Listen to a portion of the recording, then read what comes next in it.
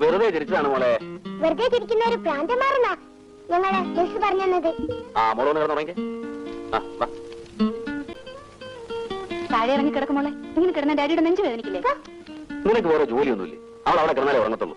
ഉറങ്ങിയില്ല പിന്നെ പാതിരാത്രി വരെ മനുഷ്യന്റെ മെനക്കെടുത്താൻ. മോളെ എല്ലാ ദുശീലങ്ങളും പഠിപ്പിച്ചു. ഡാഡി ആനിവേഴ്സറിക്ക് പോകുന്ന കാര്യം മറക്കരുത്. ആ വേഗം കിടന്നുറങ്ങിയാ കൊണ്ടുപോവാ. ഇറങ്ങിക്കോ.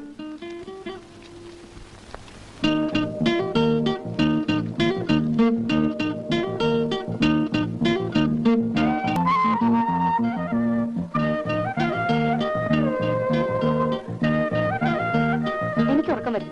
ഞാൻ ഉറങ്ങാൻ പോവാ. ഉറങ്ങും. എനിക്ക് രാവിലെ ഹോസ്പിറ്റലിൽ പോകാനുള്ളതാ. ഉറങ്ങിക്കോ.